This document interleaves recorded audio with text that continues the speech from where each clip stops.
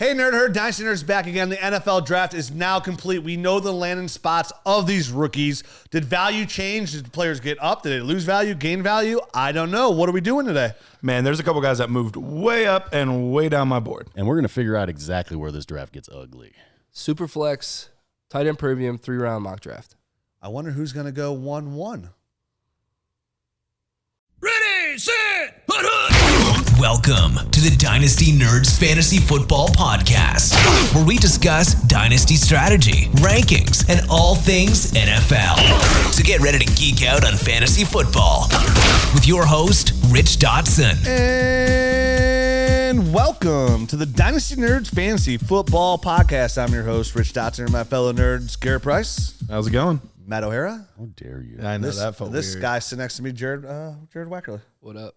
We're here on our first remote podcast talking NFL draft a couple days early. Like we promised, we get the show out early so we talk these rookies, kind of draft results. In this first episode, we are going to do a quick Superflex rookie mock draft to kind of give you an idea where we all value these players. We're going to keep that analysis to a little bit of a minimum. So we'll let the player draft the guy, give a quick reason why, and then move on. And then the next episode, we will actually break down these rookies, ones we like, ones we don't, where we think there's a tier break in each value, what players we think you could trade for, a lot to get into. So a fun draft and some really good value. I think some of us might be a little disappointed where the running backs all ended up as a whole, and some of these receivers get a little bit of shake up at the top in the second round of the draft. So it's going to be interesting where you guys slot these guys in your overall draft picks. Before we get into that, I got to tell you about our friends over at Underdog. They just launched the other day Best Ball Mania, which gives you an opportunity to win up to $3 million. We know the person that won $2 million last year, so is possible for you to come away by going to Underdog, signing up, using the promo code NERDS, draft a team, don't touch it, just watch it afterwards in the season, and see if you can win $3 million. And listen, and I know not everybody needs it, but I could go for a cool $3 million right now. I already put in 2 teams, so I'm ready. Yeah, you're working your way up. I'm getting in there too. Yep. I've been waiting because I want to. Maybe I'll sit down and concentrate. So as soon as I get home, boom, I'm in the league. So check them out. Underdog Fantasy. Get in the app. Draft a team today. Win up to $3 million. Over $15 million in prizes.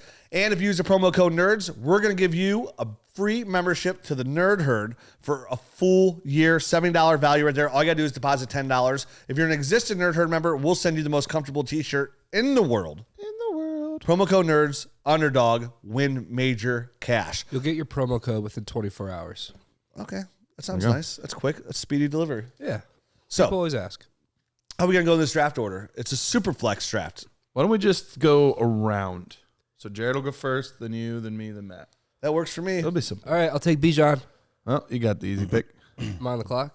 Yeah. You're on the clock. It right? is super flex. So, I mean, there is a little bit of debate. Yeah, I mean, there are some people. I mean, I wouldn't fault anybody for taking Richardson 101, honestly. Yeah. But I'm still sticking with Bijan at 101 for sure. All right, well, at 1-2, I feel like this is pretty easy We're going for me. quick here. Yeah, I mean, at 1-2 is a pretty easy pick for me. I'm going to take Anthony Richardson. He's my quarterback 1 in 1 QB, and now he's actually become QB1 in my super flex rookies as well, where I had CJ Stroud ahead of him before. And I can understand taking Bryce Young, but with Anthony Richardson, somebody who averages 6.5 yards per rush, that is the potential here of the number 1 overall fantasy football scorer. So in Superflex, with the stand-ins of the quarterbacks as they are today, this is really good value. You'd expect him to go in the second round, high third round of startups right about now. Somebody who goes behind somewhat of a shaky line in Indianapolis, but the best quarterback in the draft at avoiding a rush and keeping plays alive. I think this is a really good spot with a good safety net, Michael Pittman Jr., him and Jonathan Taylor. For me in Superflex, I'm really happy here to get a high-end prospect in Anthony Richardson. Yeah, that's definitely the pick. I've gotten to the point too where I moved him up, and I remember saying even in our draft breakdowns, if he goes to the Colts with Steichen, that's the spot. That's the spot for him. It's a perfect landing spot. So he moved up to my quarterback 1 as well, which makes this one a little bit tricky. I have Young and Stroud just neck and neck. I did have Stroud a little bit higher in my pre-draft process, and I don't think either landing spot was far outweighed the other. So in that case, I'm still going to go CJ Stroud as the 3rd pick in the draft. And yeah, I think he's just a hair safer. I mean, I like that pick. I don't know. I think I maybe flip-flopping those two in my ranks anyway. So I'm going to sit here at 4 and be really happy and just get, go right up to the podium, Bryce Young, pretty quickly. Number one pick. Yeah, number one pick in the draft. Obviously, all the cerebral stuff is there. The accuracy and all that kind of stuff is there. The only real question is the guy's size at 5'10". And I think they're going to have a plan to kind of move the pocket, all that kind of stuff, get him some lanes to throw the ball, and it should all work out, right? I think so. Yeah. We hope so. Yeah, you hope so. 50-50, baby. First 4 pretty easy. It's Bijan in the 3 quarterbacks. But at 4 to get the number one pick, right. That's a quarterback. I feel great about that. You feel fantastic. Yep. Here's where it gets a little more interesting. It shouldn't be any more.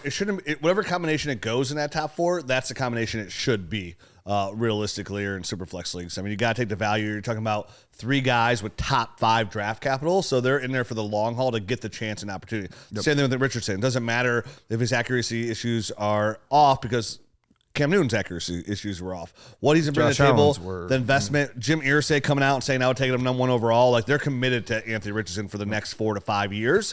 So getting the number 1 overall pick and the number 2 overall pick and then QB needy teams, this is all really good value in the top 4. Kind of shows you, it kind of at least backs up this class as being strong from a Superflex aspect right there, and it's still going to stay strong with Jared's pick here next. Yeah, so I'm back on the clock at 105, and it's basically like taking the 102 in one QB leagues. Yeah. Pick remains the same as we did last week in the pre-draft mock. It's Jahmyr Gibbs. We were not expecting that kind of draft capital for him at 12 overall to the Lions. And initially, before they made the Swift trade, we were all like, what are they doing? But now that they've traded Swift to the Eagles, Gibbs and Montgomery are going to be splitting shares. It's going to be interesting to see like what that split looks like.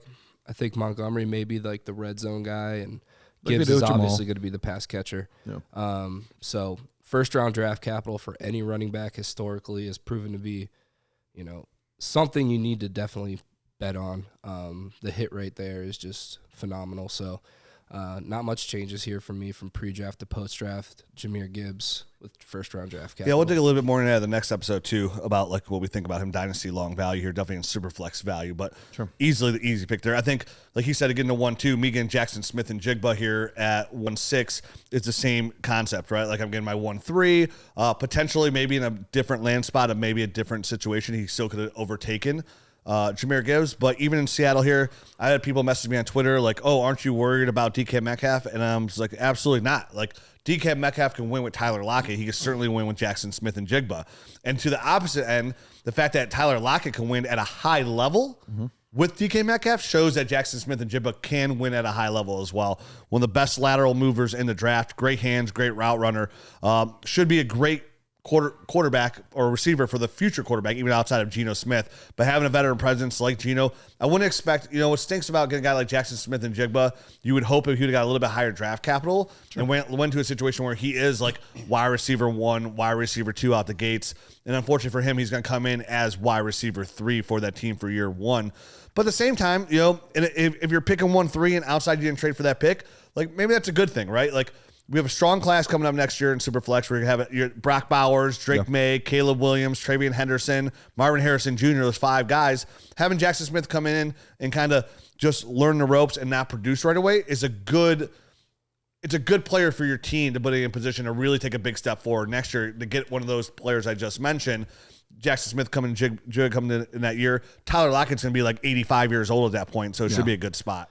Yeah, no, I definitely have some thoughts on that landing spot with him. I really like it. We'll talk about it more in the Nerd Herd episode, but I was excited once I really sat down and thought through the entire thing there. So here's where things get interesting. I put myself in a bad spot by saying like, Jared, you go first. I should have thought through it better. And I'm sitting here again just waiting for you to pick, and I'm just going to pick one of the 2 guys that you don't pick right here. So a clear tier break, right? For clear tier break. We all agree this is like a tier break in Superflex. So if you're looking to make a move, this is where it starts. When you're looking at proven assets, some people get real excited for one of these players still on the board. Yeah, and it might be you might be in best position going in your draft, whether it starts today or tomorrow, to potentially move this pick. And again, we'll dive into that a little bit deeper in the next episode. So for me, I'm going to stick with my board, and in a real draft, I might try to trade down 3 spots or so, because I still think I might be able to get this player in a few spots, and so I could pick up some extra draft capital in doing this. But in this process, I want to make sure that I get my guy, and I'm still taking Tyjae Spears here with the 7th pick. Look, I heard it all weekend on Twitter. There's injury concerns. Wrong. Like, I get that there's injury concerns. There's always been injury concerns. But if the Titans feel good enough at 3 in the 3rd round to take him, I feel good enough that they approve the medicals. That's all the approval you need. He got drafted in the 3rd round at running back position. I don't know if I should draft Breece Hall. He's got some injury concerns. I heard Saquon. He's had some injuries back in the day as well. I don't know. These knees are pretty soft these days. Iffy. So I'm going back to my pre-draft process, and there's a couple other players that are extremely close. So I could have taken a lot of other players and felt good about it, but I'm sticking with my pre-draft stuff, and I'm going Spears here. Are they as close as Jared and I? Are you guys closer than us?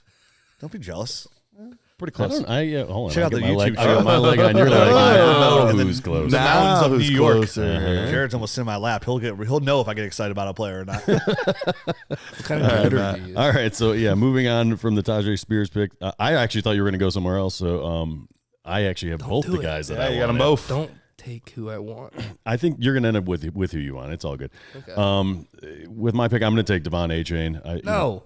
Oh, that is who you wanted? Yes. You don't know him at all. I don't know you at all.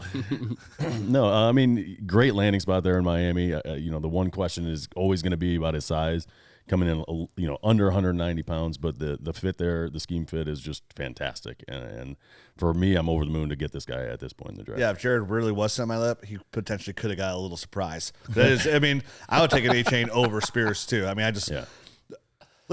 For me, I feel really good about it. We're in a 1 QB league. I had my order of it was Bijan, JSN, and Gibbs. But I said in the show that's 50-50 either way it can go. And I had Achane at 4. So I'm really happy with my pre-draft process that it comes out exactly the same having Achane at 4 because the player I loved, and now if you just said, Rich, which one of these, take Achane and put him in any offense in the NFL right now, where do you want to put him? Put him in Miami, please. When the draft was happening, I was like, guys, Miami's on the board.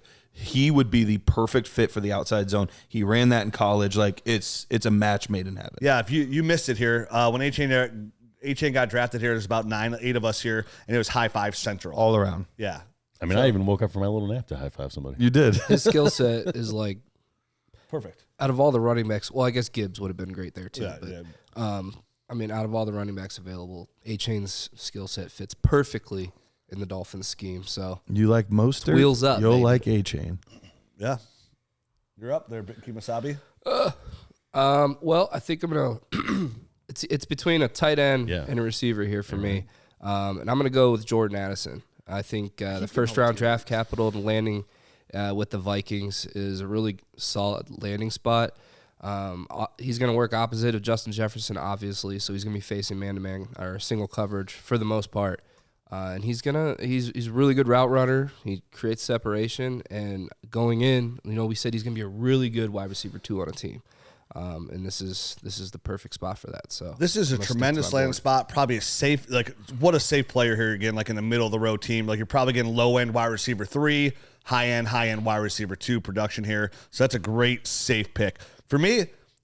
I'm to the moon. Yeah, we're here because I would actually taken this player 3 spots higher, and that's Dalton Kincaid of the Buffalo Bills. If you listen to the podcast, you've known how excited I have been about Dalton Kincaid, and for him to go to Buffalo, it's such a good spot. He gets a draft capital in the first round.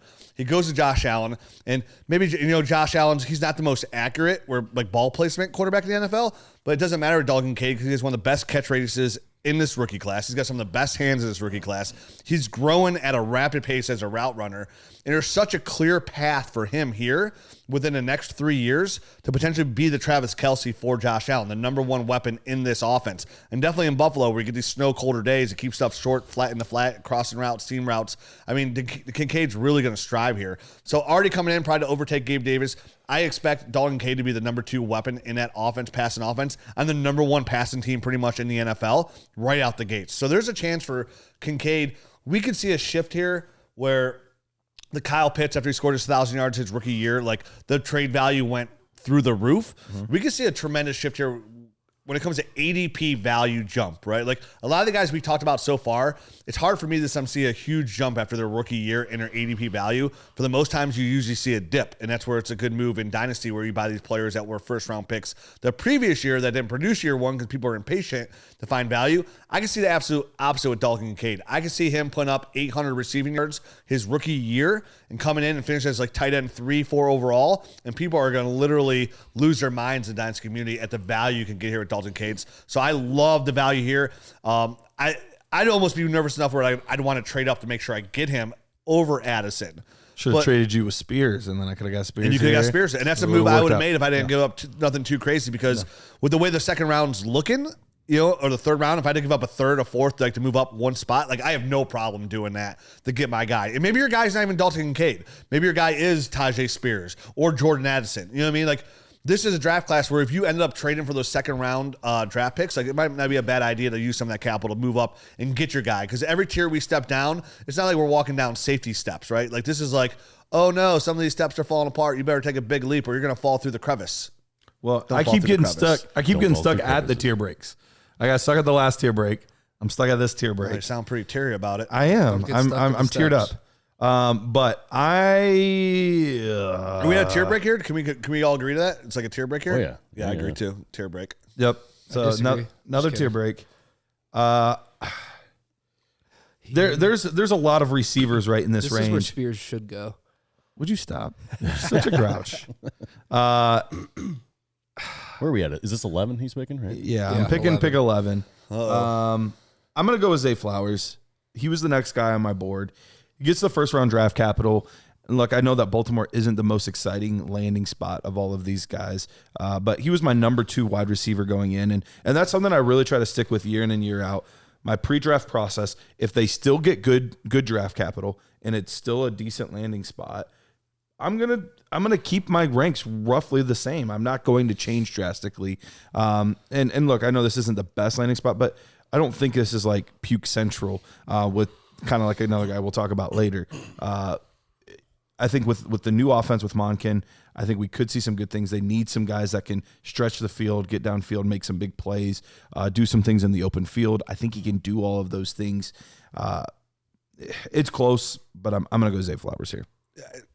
Upside's there with the player. It's just does it fit in the offense? That's the biggest worry about Zay Flowers right now. It's you love the player, you love he does everything differently than OBJ. Mm-hmm. We mentioned the other day Devin Duvernay is the only player that's close, and there's even no guarantees a roster on that roster. So and we've seen Marquise Brown do roughly what he's going to do. Yeah. So we've seen a player in that same mold. Interesting. Yeah, and for me, I mean, I like all the wide receivers that are kind of coming off the board soon. But for me, Superflex tight end premium, I'm going to go Will Levis here with the 12th pick. I just feel like he shouldn't slip out of the first round. He was the second pick in the second round, and that holds value. I mean, I think, we were talking about this kind of pre-draft that what's the difference between, Rich had the numbers, and it's once you're out of the top 10, it's basically the same as from 11 all the way to the end of the second round, and he was a high second round draft pick as far as hit rate. And high second round quarterbacks have a much higher hit rate than you'd be than lower guys and all that kind of stuff. Yeah. So honestly, probably top 10 NFL draft picks. So it is one of those things where I'm gonna take a bet just on the position and the fact that we're super flex tight end premium, and I'm gonna go Will Levis here. And they traded up for him too, right? They went up and got him as well. Yeah. So that holds some value. And you're right. Anytime you're in a position here at the back end of the first, right? Whether you traded for that pick, you traded down, or you're a contender. The opportunity to get a young quarterback is so hard in Superflex leagues to get these guys. So to be able to get one for literally just being for free for win your league, it's like a nice consolation prize. And you would much rather take the upside here at the quarterback than some of these receivers that have a lot of question marks. Right. All right. Well, before we get to the second round draft choice, and Jared will recap the entire first round for us real quick after this, but I do want to remind you guys about FFPC. Launched in 2010, so it's been around for a little bit, and it's as safe as they come for Dynasty leagues. We are finally at the point where you are getting to draft these rookies that we've been talking about for so long.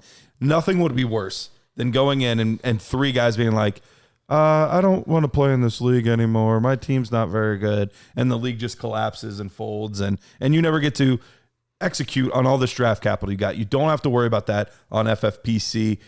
Best of all, you go there, go to myffpc.com, use promo code NERDS. You get $25 off any entry. That means if you want to do a $100 entry, cool. You want to do a $2,500 entry, cool. It doesn't matter. You get $25 off no matter what. If you would like to play it a little more conservative, you want to be a high roller, doesn't matter. You can do it all over at FFPC. And they even have orphans available right now. So if you want to hop in, challenge yourself a little bit, you might even get a little bit of a discount on those teams. So go there, promo code NERDS, $25 off any entry for new members. I was just messing around in the Dynasty Nerds app, looking at all this, the league analyzer. That's all I was doing. As we're in this alpha testing. This flash. This is the Dynasty look at Nerds him app. Did you just say flashing. alpha testing? Listen, I said that's what Brian said the other day. Is it really called alpha testing or is it beta testing? Well, Okay. No, there we go. It's true. We're alpha at tested. they this can't is hear Dynasty him, Nerds so app. we gotta. So, yeah. Right. They can't.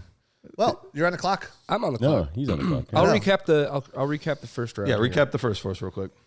I'll let you know how I like the picks by my sound effects. All right, it's early in the morning, and my voice is like I keep clearing my throat. This is the earliest we've ever recorded, right? Yeah. Yeah, normally we're like at the dead of night. Yep. Yeah, this is pretty So early. sorry for all the throat clears. I'm gonna try to edit them out. Apology. Yeah, please edit those out. I don't want to hear that nonsense. 101, we had Bijan. 102, Anthony Richardson. 103, CJ Stroud.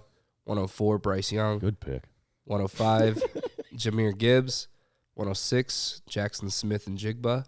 107, Tyjae Spears. 108, Devon Achane. Oh, I like that. 109, Jordan Addison. 110, Dalton Kincaid.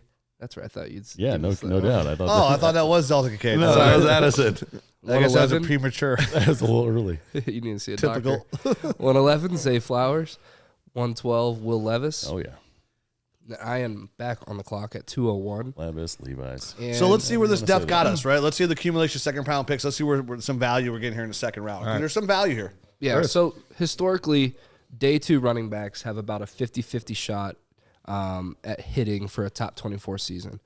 And that's in their first year. So I am going to go with another day two back, and that is Kendre Miller, a guy that I was a little higher on than the consensus here on the podcast pre-draft. He lands at the Saints, who, Kamara could be facing a suspension still. They brought in Jamal Williams, so still, some competition there. But, when you draft a running back on day two, you draft him with a purpose. So I like him. I think he could be a 3-down type back, possibly. He's got that skill set and size, so we'll see. I'm going to take the bet here. I like Kendre Miller. So Yeah, Kendre Miller for me falls in that category of running backs that got a significant bump in value overall when you're all these other players end up landed. I'm on the clock here at 2-2, and I feel pretty good about the value here, even on a player that I don't necessarily love, and that's Quentin Johnston.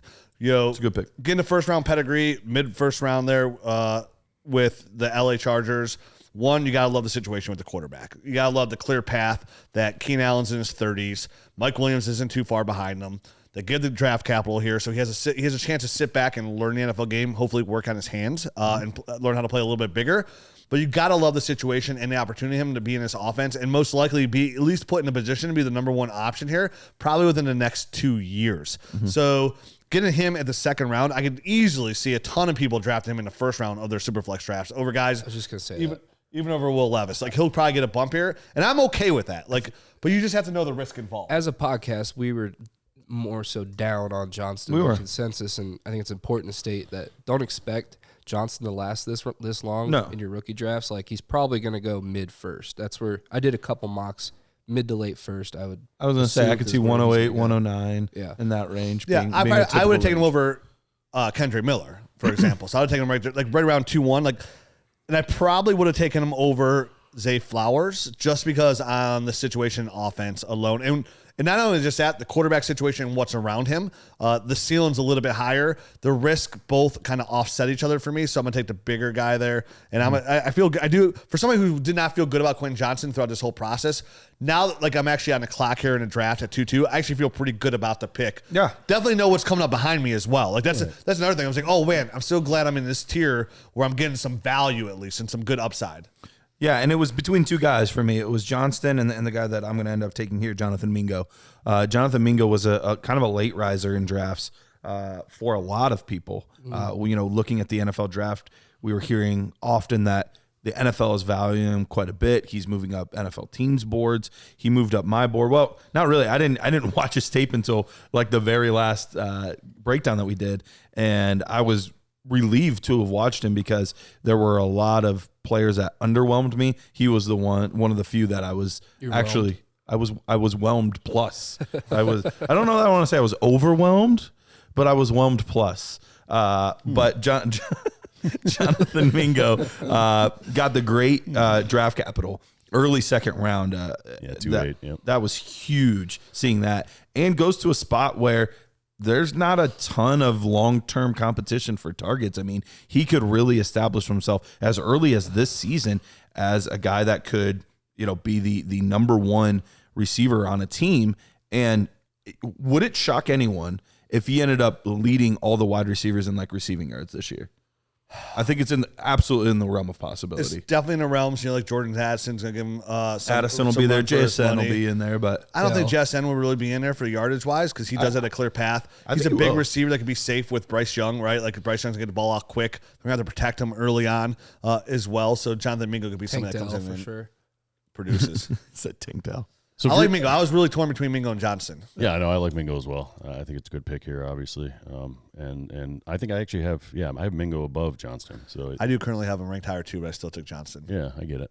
I'm a flip-flopper. They're close. Yeah. Flopper. It is, that one might be. Yeah, that's what you do. Right. That one might be tough. Like every single time you take that, you might think a little differently and take a different guy on different drafts and all that kind of stuff. But with my pick, this is kind of actually a difficult decision. I'm not really liking or loving anything that I'm seeing. Yeah, I finally got kind of screwed here, and I'm grappling between a tight end here, which had really great draft capital, or a running back who had good draft capital, but the situation I don't love. So I think I'm just going to clear things up and go with Sam Laporta because I just think it's a cleaner. Damn, I was hoping. Yeah, I think it's just a cleaner pick. I love the landing spot. They obviously don't have anyone else there in Detroit from the tight end position. They got rid of Hawkinson last year and really just didn't have anyone there to replace him towards the end of the season. We'll talk about him in the next episode a little bit more too because I got some stuff I got to say about Laporte too. I'm really excited. You about this say pick. it. Yeah, no, we'll save that. So for good with the ball in his hands. He's such a weapon. Look, dude. you had to do it now. I know. We're gonna save for the. All right, just go ahead. All right. And he's an Iowa tight end. You got to bet on him. Yeah, so I'm gonna take the Iowa tight end here in the second round and feel pretty good about it and just leave somebody else with the crappy decision on the running back. So Jared, you're up. Yeah, this is tough. And I hate the Seahawks so much because they had to pick Zach Charbonnet in the second, and they have Kenneth Walker. So what are they doing? I think it just says that they obviously have a plan and they like Charbonnet. Is this who you're taking? Yes. Oh, the bigger question is what are you doing? I start calling you the Seattle Seahawks. I mean, betting on my grades still. I mean, I like Charbonnet a lot as a player, and I think it tells us exactly what Seattle thinks, and they think he's. This is 2-5, right? I mean, at mid-second, you're taking a guy that got drafted, a running back that got drafted in the second round. Like, I have one guy that would be close with him, but I get it. I don't think it's a bad pick. Yeah, I'm obviously the low. After all our discussions over the weekend, I'm the lowest on Charbonnet, and I'll explain next episode. That was the other. I mean, I get it. I love Kenneth Walker just as much as the next guy, but I mean, obviously I think it's. I'm the next guy next to you. They obviously have a plan. They took him in the second round, so they have a plan for him. That should tell us what the Rams what they took think. 2-2 Outlaw in the second They round. like to run the ball. And Chiefs at Clyde's Lair in the first round. Charbonnet's a better pass catcher, and he's going to be better in the red zone because he's more adapted. He's a sneaky winner of the weekend. I guess I just won't get to talk about my picks. Winners. Rich, you're on the clock. Oh, it's me as I overtalk Jared, explain that nonsense. Yeah, that's fine. No, that's fine. So I'm on the clock here. That's fine. And said it's fine. That's fine. It's fine that I talked over you. I'm torn between a running back here who I think is in a really good opportunity just in their situation. But I'm going to stick with the tight end premium here. I feel like if I'm going to gamble on a running back, I could do that a little bit later or just move on it. But I'm going to take Michael Mayer. I was a little bit lower on Mayer, and there's a part of me that was like, oh, when he didn't go in the first round, he wasn't even the first tight end taken. I felt good on our overall analysis because we had Michael Mayer as our 4th and 5th rookie tight end overall. And that's when everybody else had Mayer as tight end 1. And we're like, no, it's easily Dalton Kincaid. And then actually Darnell Washington, obviously we didn't know about the health issues or medical. That's why he slipped so far. So he gets bumped down significantly. But Michael Mayer, I believe the Raiders moved up here to get him. I don't remember if they moved up or not, but either way, the Raiders are a great spot with Yeah, McDaniels. it's a really good spot with Michael Mayer. He literally went right after Sam Laporta at 2-4, so he's got really good draft capital here with the Raiders. They move up and get him again. They did move up. I thought they moved up with the Colts. Was it second or third though? I thought Mayer went in the third. It was a second round pick. No, Mayer Was he went second? Yeah, Oh, nice. He went Even 2-4. He went right after Laporta. 35th pick. Laporta went 2-3, and he went 2-4. So he went, borderline close to first round here, and he had a first round tape grade. And he's so safe, and he has that like Jason Witten body style. And what really also helps me here is, Hunter Renfro's a safe in the flat, but he's almost 30. Devontae Adams is almost 31. And at least for this year, he's going to be a real good safety net for Jimmy Garoppolo, and his, not so strong arm is the best way to describe him. So coming in, John, in this offense, we're looking at a regime that's really kind of up against it as well. It's like they have, there's already talk about, is Josh McDaniels on the hot seat? There was talk about Nick Caserio possibly being out as the GM already for the Raiders. So they've got to come in, they got to produce, and their picks have got to hit. So this is a really good investment for a tight end premium, where maybe I'm not getting the high end tight end one I want, but I feel at least I'm getting a mid range tight end that I can start in my flex spot in a super flex league, and it's safe. Like I feel safe here, and I have a lot of questions. I almost want to go running back, but I feel like the safe picker and tight end premium, if anything, I have a really good trade asset. Yeah. Yeah, that leaves two running backs on the board for me that I think both of them don't have perfectly clean opportunities, but there's definitely a path for both of these guys to be fantasy relevant in the near future. I'm going to take the guy that I had higher in my pre-draft process and also got taken a little bit higher in the draft, and that's Tank Bigsby. He ended up going to Jacksonville, which I get it. It's not like the perfect landing spot because Travis Etienne's there. But what we've seen so far is their propensity to want to use running back by committee.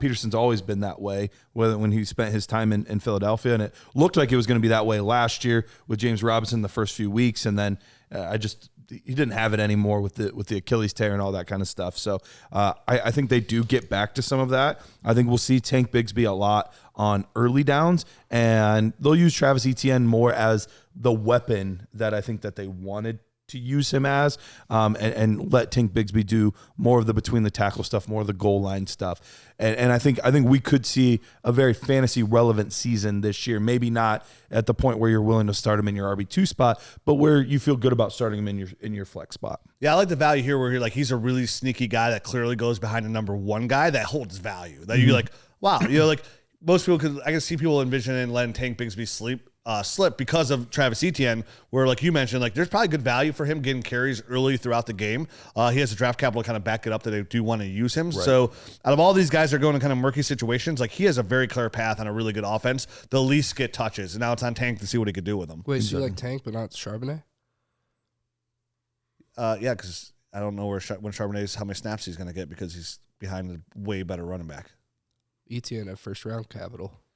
Yeah, but he's not a 3-down back. Kenneth Walker, that guy could play 3 downs. All right. We'll talk about it next show. Quit being a premature talker. Fight about it. All right, and I'm kind of stuck again. I feel like again I don't love any of these. This is the stuck couch. Yeah, we're getting screwed over here over and over and over again. So I mean, do I go a running back here, or do I just go for a nice little safety? You want me to read who's available? No, I know who's available. I'm keeping track over here sometimes. No, I know who's available. I'm good. So. He's stupid. It's kind of douchey. So for me, I'm looking at a couple of second-round wide receivers probably at this point, guys that maybe weren't at quite as high on my board to begin with, but they got really good draft capital, and I think there's at least enough there that I can warrant kind of looking at them right now. And even though Jaden Reed is higher than in my rankings right this very second as we speak, I think I'm going to go with the next guy, Marvin Mims. I just love the fact that Sean Payton drafted him. There's lots of rumors swirling around about the wide receivers there in Denver. Even if they don't go now, I think they're probably going to be gone, by next offseason. So Marvin Mims getting second-round draft capital, I think is a nice spot for him. He's an explosive guy. And I just think he could be a guy that emerges, probably not this year, but next year I think could be his kind of golden opportunity. So I'm going to snag Marvin Mims here. Where are we at in the draft? That was the last pick of the second round. Yeah. So that was 208. Oh, that was 208. Yep. I'm a whole round of us early. Okay. Well, even still, I feel pretty good about getting a second round wide receiver right now. Yeah, for sure. It's a good landing spot for Mims. So I'm on the clock again here at 209, and I am going to stick to running back. This is a guy who had a really good landing spot landing in Chicago. Okay. A guy I liked pre-draft. He was just above that 72-point threshold in the nerd score we talk about, Garrett. And he moved up for you when you went back and watched him again. Yeah, that's Quentin Johnston. There's not a ton of competition there. At least not high draft capital competition. Yeah. Khalil Herbert's a good back, and those two will complement each other well. So I like Roschon here. I'll take the shot. Yeah, in the fourth round, so I was kind of leaning towards, I see him being a starter come day one there for Chicago. So it's a really good spot. I'm on the clock here. I'm doubling down. I'm going tight end again. Everybody's always wondering what Green Bay is going to do when it comes to the pass catcher. They took Christian Watson high in the second round last year. And they actually took a pass catcher, a receiver in the second round this year as well. But before they did, they took a different pass catcher, and that was tight end Luke Musgrave. So, not a ton of film on here, definitely with those injuries, but Luke Musgrave's a big, athletic tight end that can really stretch the field, actually line up in the slot as well. I know they got Romeo Doubs. I know they draft Jaden Reed as well. But for me, this is, they took him over the receiver, right? They had an opportunity to get the receiver they wanted, but they took Luke Musgrave as their number 2 option.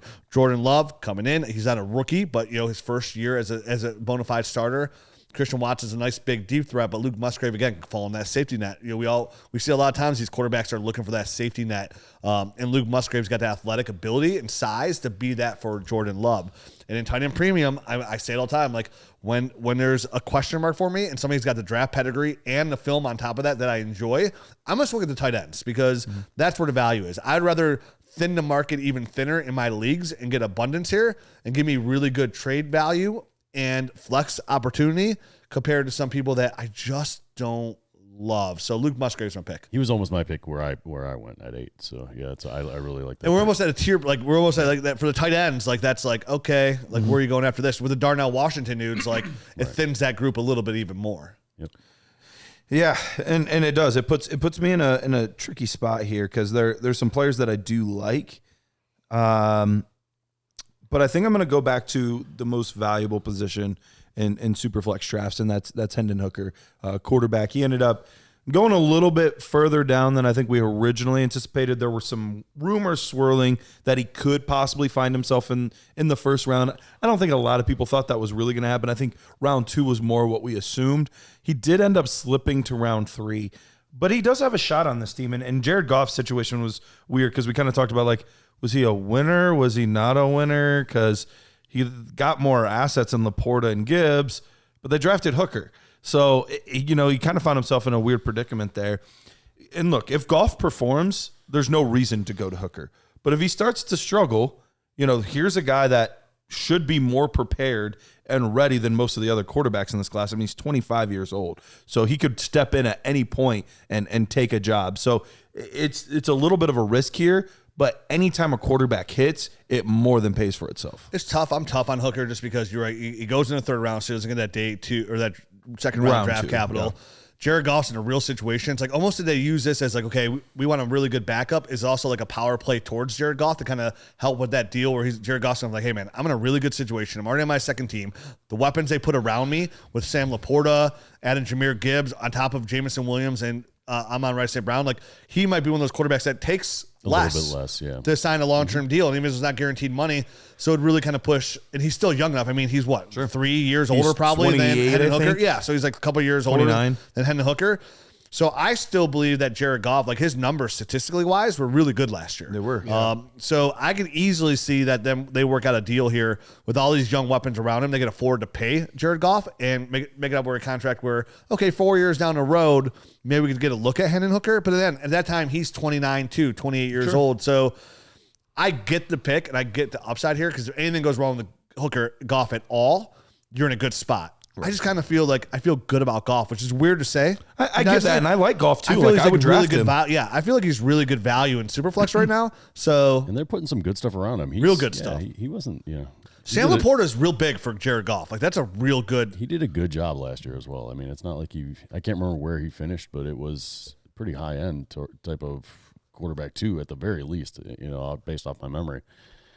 So yeah, he's a nice asset. He's a nice quarterback and very undervalued. Yeah, Jared Goff finished where did I have?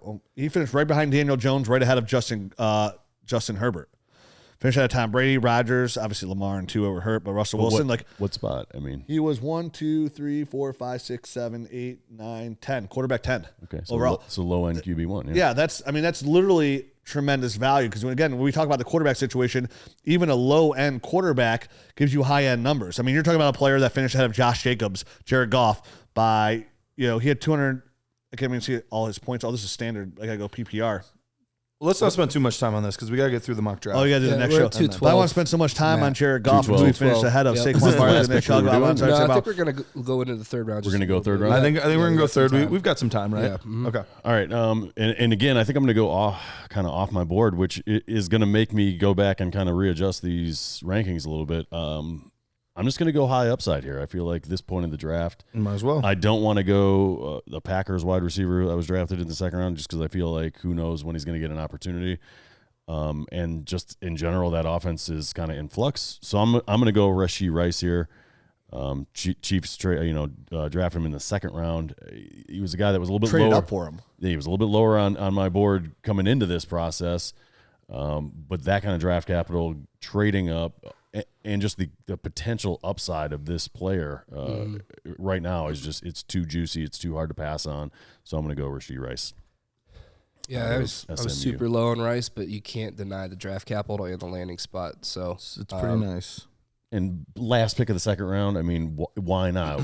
Obviously, shoot for the upside here. I missed something there in my evaluation, so I got to go back. One of those guys you'll go back into the film room and watch. Yep. All right, so I'm on the clock here, 3:01. I think I'm going to go Jalen Hyatt. I liked him pre-draft. I think there's a lot of tools there to work with, extremely fast, really good hands. I think he could use some coaching and development.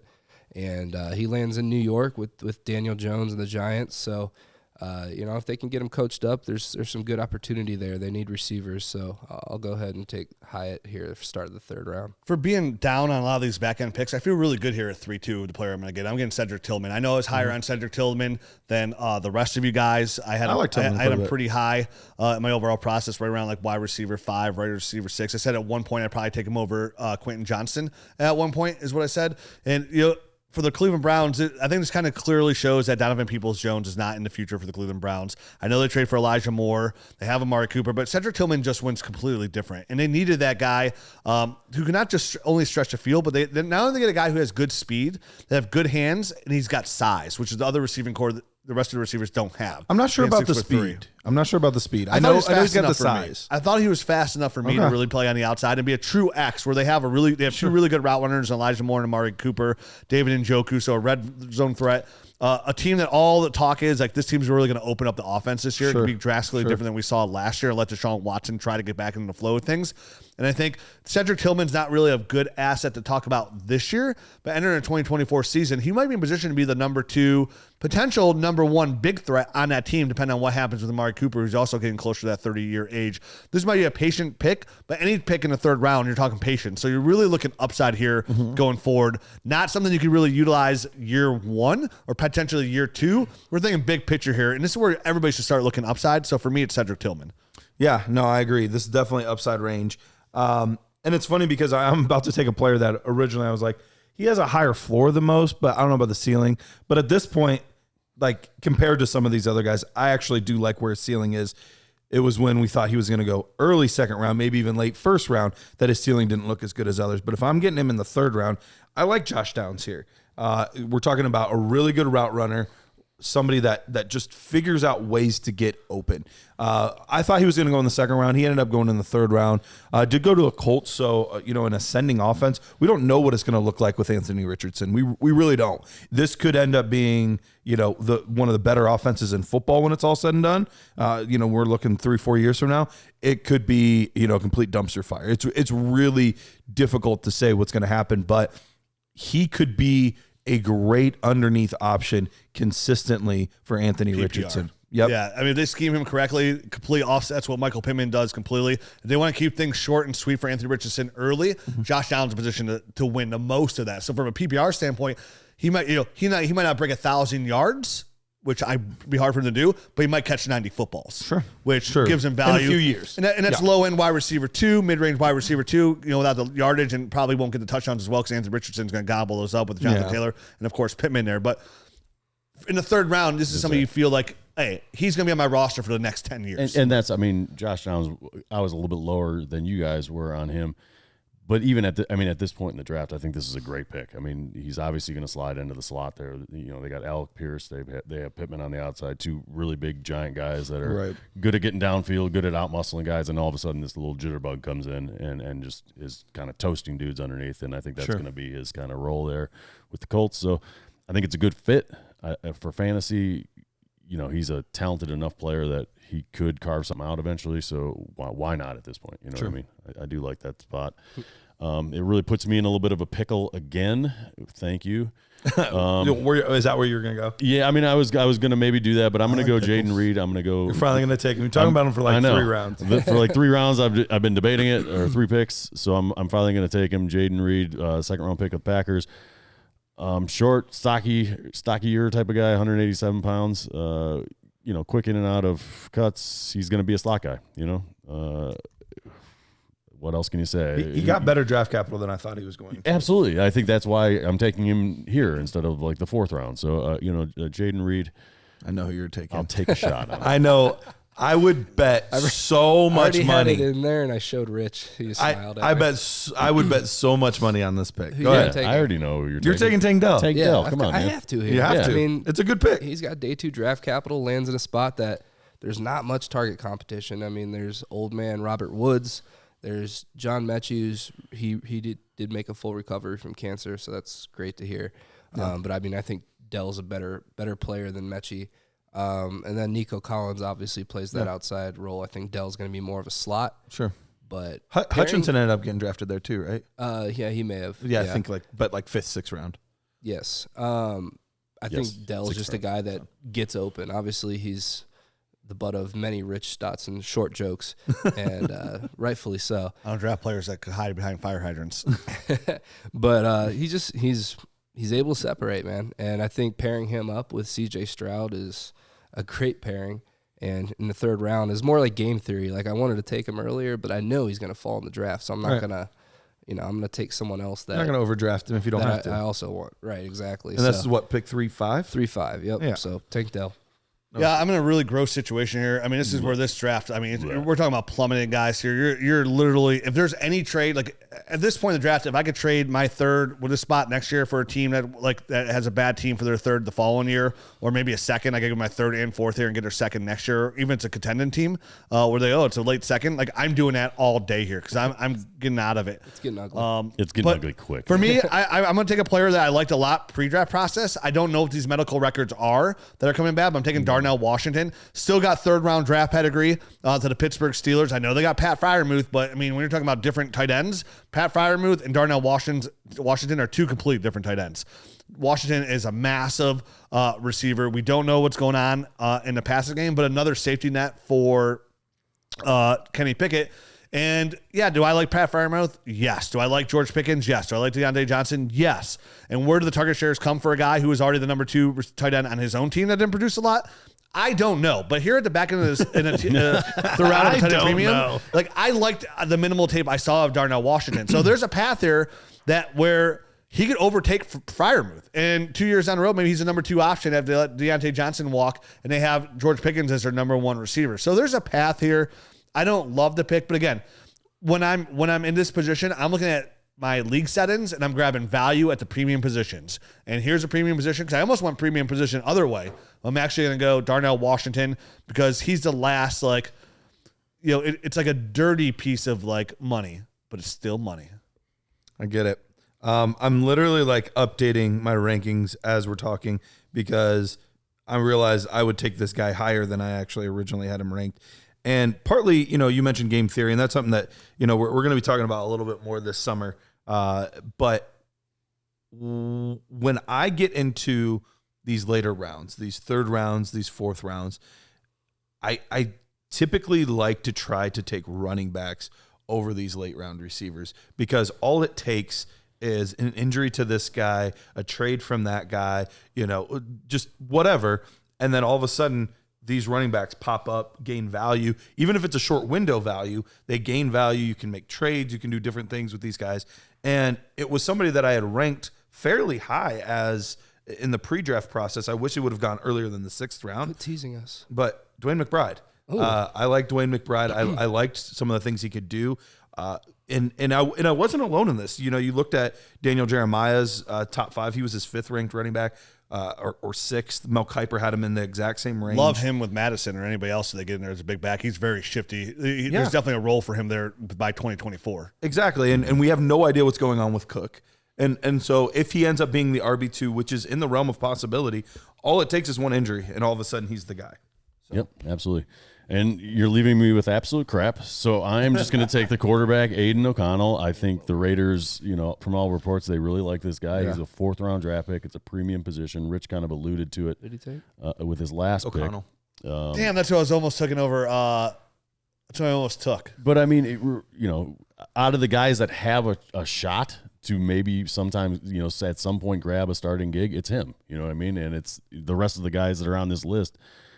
They really don't. Yeah. So Aiden O'Connell at least has a path to become a starting quarterback here. And in Superflex tight end premium, you have to at least recognize that at some point, and I'm going to do that right here. 4th-round draft pedigree, you don't love it, but I got to say this is one of my favorite sneaky picks in your entire rookie draft. Here in the 3rd round is where I'm looking. I thought about taking him over Darnell Washington, but I honestly thought I could just wait on him because there's a lot of smoke going into this draft process over the last couple of weeks coming out that the Raiders really liked Aiden O'Connell and love his quick release and how smart he is with the football. And there's a clear path with Jimmy Garoppolo when he's your starting quarterback, not finishing the season or missing a couple of weeks. And you can literally see another San Francisco situation come out where Aiden O'Connell comes in, quick release, comes out, gets the ball with those good weapons that he has already to be safe with Josh Jacobs, and kind of hold that job down. Maybe in a Davis Mills kind of way or whatever, but still produce in a super flex quarterback position that gives you the points and production. And it instantly goes from, hey, I drafted him here at the back end of the 3rd. Right. Now you can get like a high 2nd round pick or higher pick that you drafted him with. So I think Aiden O'Connell is a perfect pick. Slow down. You slow down. I'm trying to drive back to Ohio. You want to make my pick? Yeah. Come around the couch. Did we say we're recording? We're actually recording in New York. Yeah, we're recording in New York. We had our big annual Dynasty Nerds meeting as we get ready to release the Dynasty Nerds app here. So you're on the clock here. We had a team here, and Peter at 3:09 going to make our pick. It's got to be Tyler Scott, man. Tyler Scott. He's so good, so fast. Okay. For the Bears. Stretch the field for the Bears. That was going to be my pick, so I like it. Yeah. Good landing spot there. I think they're in need of pass catchers. So a guy we liked pre-draft, we were surprised to see how much he fell. Rich, on to you at 3:10. This is my last pick. So I'm going to take Kayshon Boutte. Somebody I know there's a lot of questions about his attitude, his commitment. But even though he goes in the 6th round, he goes into a really good spot for him because then he's going to take his BS and really kind of grind into him and kind of he gets a reality check going to the 6th round, right? But going to New England, going with Bill Belichick, there's going to be no nonsense there. And if there is that nonsense, we're going to find out pretty quickly because he'll be off the team. So I'll know what I have here at the back end of the 3rd. Somebody who had an 18-year-old breakout age, real good production early on, and then kind of didn't really put together on a team that does need wide receiver help. So there's a clear path for him. It wouldn't surprise me if Boutte's at some point usable. And again, at the back end here, like Garrett said, he's looking for upside at running backs. I found one of the very few guys left that offers upside at the receiver position with a path. So going back to the Devy circles, and a couple of years ago, Kayshon Boutte was considered somebody to be, rookie pick 1-1 at some point in these rookie drafts. So to get him here in a good situation, like if he would end up like Charlie Jones with the Bengals or something, like he's off my board. But with the situation, the head coach and the talent that could potentially come to the top, which I don't necessarily believe will, but the opportunity, that's my best bet here at 3:10. Swinging for the fences. Love a good Boutte with upside. Squeeze it. All right. Remind me real quick. Luke Musgrave. He went. What was the injury concerns on him? He left. I know he's gone. I know, but what was the injury concerns on him? He had an ankle injury, I think, going into what caused him to miss the game. We had the 2 touchdown catches. I think it was the ankle was the last ankle. He had a knee injury. I was trying to remember. Was it a knee injury? Yes. Okay, which is even a little bit more scary. the Packers didn't just draft one tight end. They drafted two, and they took one just a round later. And a guy that I actually had, I think, higher than probably consensus. The injury, yeah. And that's Tucker Kraft. Tucker Kraft, South Dakota State. He, there's a lot of parallels, obviously, with him and Dallas Goedert. But there's a lot of the same, like, physical attributes between the two players as well. He's a big player, right? So he's a big physical guy that we've seen this happen where, two players get drafted from the same position, and then years later it's the second guy that actually ends up being the stud over the first guy. We even saw it with the Packers a few years back with Jamal Williams and Aaron Jones. So it would not shock me in the least if he ended up becoming, the main tight end here. And especially at this point, even if it doesn't, okay, it's a late third round, but the upside of what could be is more than enough for me to take him here with third round draft capital. Matt, with the final pick. Oh, with the third final round, pick, the Dynasty Nerds. It's the final Right after the NFL Go with draft. our guy. What? A little pass. Oh, What'd you say? go with our guy, Which one's our guy? Evan Hall. I'm looking between him and Abanikanda, and I think I'm going to go Okay. Abanikanda. Okay, yeah. I mean, I like Evan different Hall. guys. I really do. I think the Colts is a nice landing spot, but I'm going to go Izzy. He's a bigger back, 20 years old, and you just never know. Like you were mentioning earlier with the running backs, there could be a slew of injuries. Maybe Bryce Hall has a little setback and doesn't start the year coming off the ACL. I'm going to go Abanikanda here with the JETS. And listen, we're the Dynasty community. Most of them are going right. We talk about all the time where we go left. And Abanikanda was one of those guys that we went left on. Quentin Johnston, obviously, at a good spot. Like, a lot of this, Michael Mayer, like, it kind of panned out, like, the draft order. Like, if you drafted way too early, like, oh, I love Abanikanda, size and speed, and got excited about his pro day, it's not the prettiest of spots, but he's got the speed where, like, you just need him to get a couple touches a game, and at any point he could break it one off. So that's it. We're going to jump into our Nerd Herd show, kind of break down some of these players a little bit more in depth who we like. Some players, we're going to talk about players that aren't rookies as well. Glad we were able to get the show out here in New York before the NFL, before your rookie drafts. If your draft started today, you still got the show. The first round should be pretty easy for you. It starts to get a little murky in the second round. As we jump to this Nerd Herd episode, like I mentioned earlier, if you want to get that and all the tools that we have to offer at Dynasty Nerds, make sure you get to Underdog. Use that promo code NERDS. All you got to do is deposit $10. You get us for a year. And you get this bonus podcast as well, where we give you another hour of our opinion and help you dominate your fantasy football leagues. We'll be back next week, back in Ohio. Back in Ohio. What we're talking about, I don't know yet, but you'll find out. Adios.